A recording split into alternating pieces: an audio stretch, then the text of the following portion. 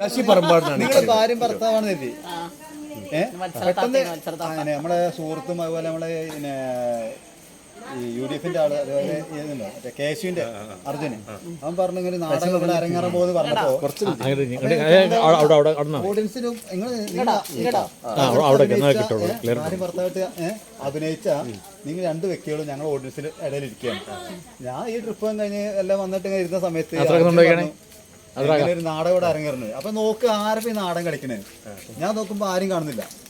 നിങ്ങളൊക്കെ സത്യം പറഞ്ഞാൽ ഈ സത്യം പറയാലോ, നിങ്ങളൊക്കെ ഈ നാട്ടിലുള്ള തൊട്ടപ്പുറത്തെ ഞങ്ങൾ ഈ ഭാഗത്ത് തന്നെ കുറച്ച് അപ്പുറത്ത് താമസിക്കുന്ന താത്താര് കുറെ ഇരിക്കുന്ന അവിടെ അങ്ങനത്തെ താത്താര് വന്ന് ഇരിക്കുന്ന നിങ്ങളെ കണ്ടപ്പോൾ ശരി നിങ്ങൾ തന്നെ ഞങ്ങളെ കൂട്ടത്തിൽപ്പെട്ട ആള് അങ്ങനെ എഴുതി ഈ നാടകം കളിക്കാൻ പോകുന്നു പറഞ്ഞ് അർജുൻ മൈക്കിലൂടെ അനൗൺസ് ഉണ്ട്. അപ്പൊ ഞാൻ ചോദിക്കും ആരപ്പോ നാടകങ്ങൾ ആരും കാണുന്നില്ല.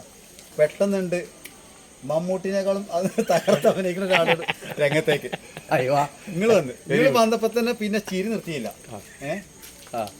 ചിരിച്ച് മണ്ണ് കപ്പി അറിയില്ലേ, മണ്ണ് കപ്പിയിട്ടില്ല, മണ്ണിന്റെ അടുത്ത് എത്തി.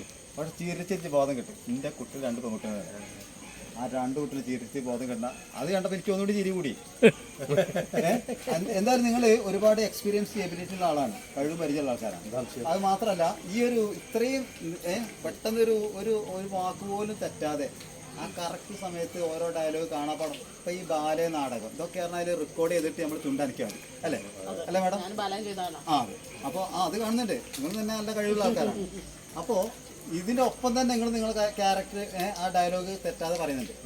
സത്യം പറയാലോ, ഞാൻ ആ പകല് മുഴുവൻ പണിയെടുത്ത് അങ്ങോട്ട് ട്രിപ്പും കഴിഞ്ഞ് പിന്നെ പേര് ഇവിടെ വയനാട് ട്രിപ്പും കഴിഞ്ഞ് വന്നപ്പോൾ ഞാൻ കാണാൻ ലുക്കിലും അത്യാവശ്യം കാരൊക്കെ പാടുന്ന ആളാണ്.